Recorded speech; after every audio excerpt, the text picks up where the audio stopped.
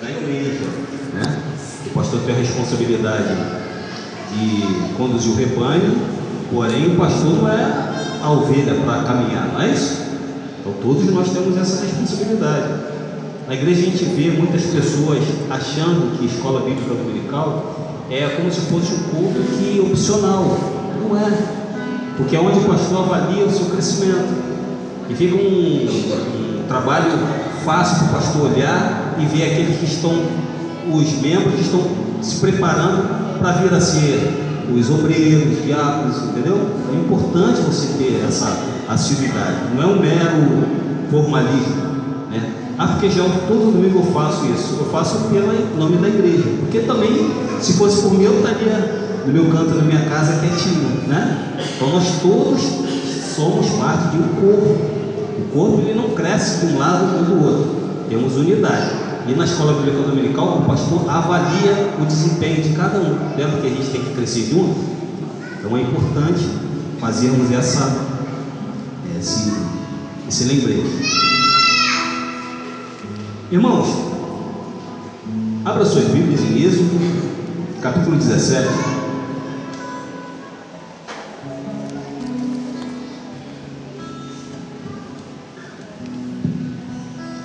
E sempre gosto de agradecer a oportunidade que nos é dada.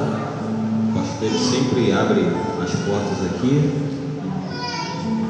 E a gente tenta ser útil, né, de alguma forma, na nossa fraqueza, nas nossas imperfeições, mas se somarmos na nossa vida, na vida dos irmãos, aí a gente se sente um pouco útil na obra de Deus. Êxodo capítulo 17, versículo 8 ao 15. Eu vou falar essa passagem aqui, irmãos, por isso que eu dei essa entrada, essa introdução, falando da importância da escola bíblica dominical. Porque quando você tem um líder forte, o grupo também ele vai ser um grupo forte, não é isso? O que é um líder forte? É um líder que está doando, está fazendo com que o corpo cresça. Só que um corpo que cresce e o líder não cresce, tem uma disfunção aí. Ou então quando você tem um líder que cresce e o corpo não cresce, também tem uma inconsistência aí. Então temos que ter essa visão. Versículo 8. Então veio, Êxodo capítulo 17, versículo 8. Então veio Amaleque e pelejou contra Israel em Refidim. Com isso ordenou Moisés a Josué: escolhe-nos homens e sai e peleja contra Amaleque. Amanhã estarei eu aonde? No cimo do outeiro, e o bordão de Deus estará com quem? Na minha mão. Versículo 10. Fez Josué como Moisés lhe dissera, e pelejou contra quem? Amaleque. Moisés, porém, Arão e Hur subiram ao cimo do outeiro. Quando Moisés levantava a mão, Israel prevalecia. Quando, porém, ele abaixava a mão, prevalecia Amaleque. Ora, as mãos de Moisés eram pesadas, por isso tomaram uma pedra e a puseram por debaixo dele, e ele nele se assentou. Arão e Hur sustentavam-lhe as mãos, um de um lado e o outro do outro. Assim lhe ficaram as mãos firmes até ao pôr do sol. Versículo 13. E Josué desbaratou a Amaleque e a seu povo a fio de espada. Então disse o Senhor a Moisés: escreve isto para a memória no livro e repete-o a Josué, porque eu hei de riscar totalmente a memória de Amaleque do debaixo do céu. Versículo 15. E Moisés edificou um altar e lhe chamou: o Senhor é minha bandeira. Repita após mim: o Senhor é a minha bandeira. Mais forte. O Senhor é a minha bandeira. Irmãos, nós estamos diante de um cenário aqui, não é? Moisés é o quê? Quem que é Moisés? Moisés é um líder. Só que o líder, ele responde não só por ele responde também pelo grupo, pelo povo. De repente está Israel. Israel vem de batalha, de peleja em peleja. Israel, quando obedece, Deus honra com aquele povo. Mas quando Israel desobedece, o que acontece? O povo se dissipa. Mas se dissipa como? No pecado, no erro, no engano. E ficam suscetíveis a quem? Aos inimigos. E de repente está Israel andando por caminhos tortuosos. E o que acontece com Israel? Andando no caminho tortuoso, o que faz com ele? O cajado de Deus vem chegar e ajustar o que? A uma acerto de conta. Só que quando Amaleque, quem que é Amaleque nessa história? É um dos netos dos filhos de Esaú. Esaú já corre essa história, não conhecemos? Então, por herança, por ter andado torto lá atrás, o que acontece? A semente do mal vem passando também de geração em geração. Só que Amaleque agora recebe aquela carne de Esaú e continua no caminho do pecado. Amaleque, que deu origem a quem? Aos amalequitas. Quem eram os amalequitas? Eram povos característicos daquela região também, por tradição e tendo o mesmo histórico comum de Jacó, porque veio de Esaú, e de Jacó, que veio Esaú, que era irmão, que seria a primogenitura. Um seguiu o caminho da retidão e o outro seguiu o caminho o quê? Do paganismo, do erro, do engano. Então, quando você tem Amaleque nesse caminho, o que acontece? Ele herda, a título de percepção de vida com Deus, uma forma pagã. O que é uma forma pagã? É você dar atenção a outros deuses. Então Amaleque era o povo, os amalequitas andavam errantes.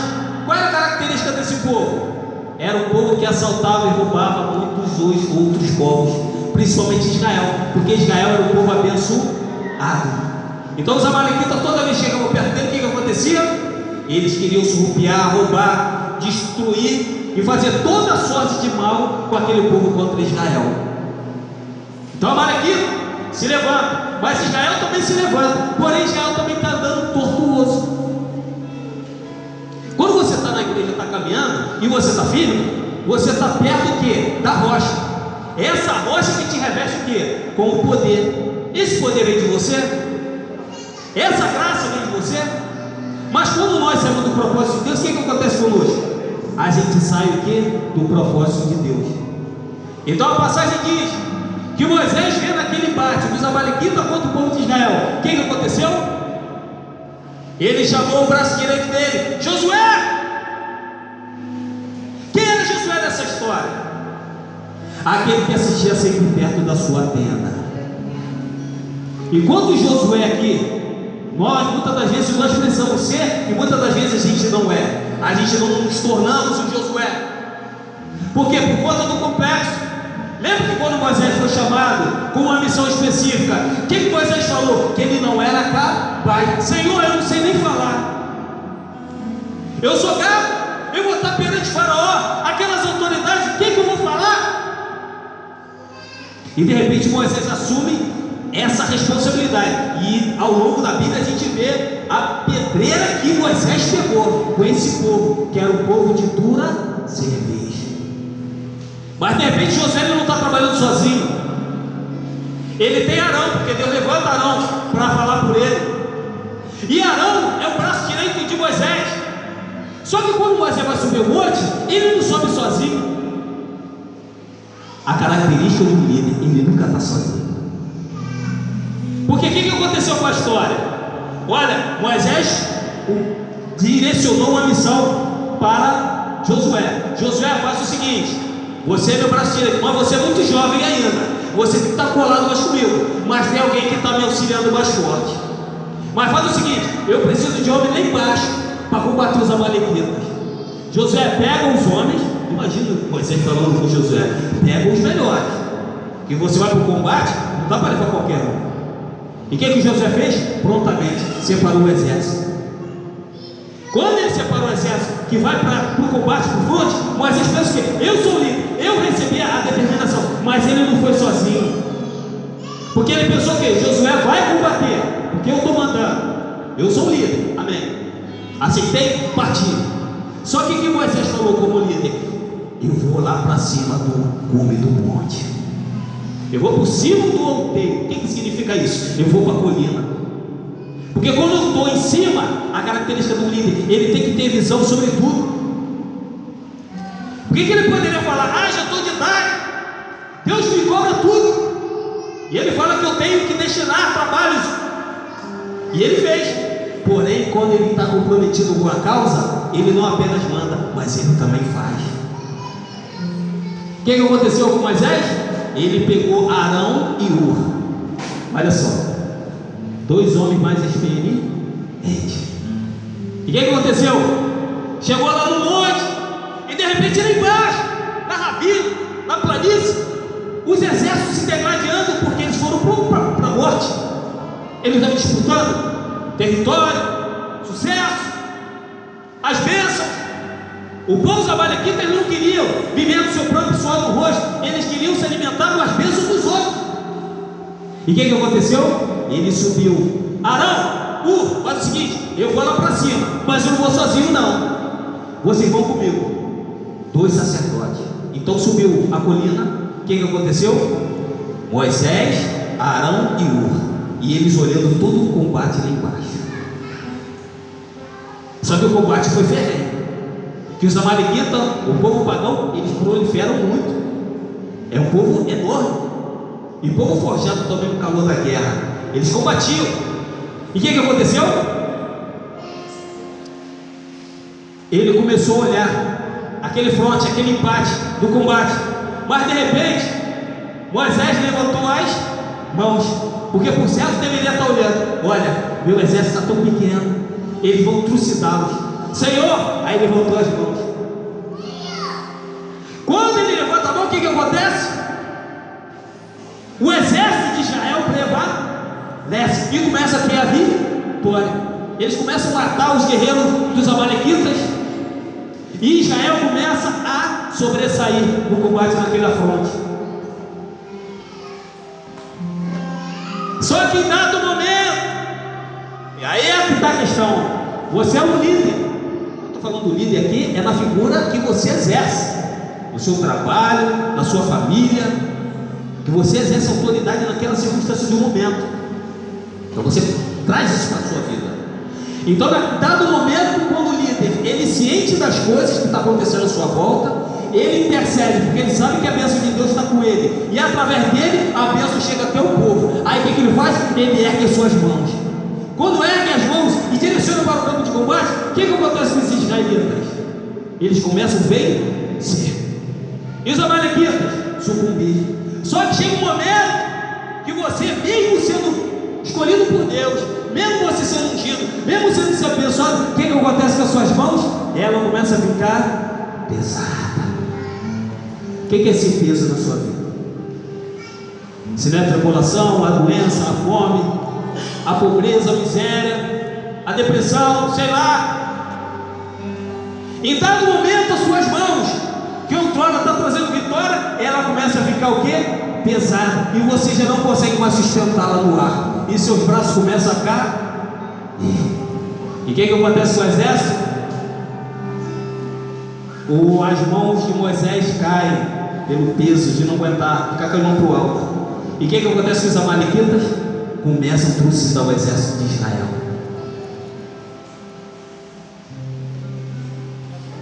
Seu braço está pesado?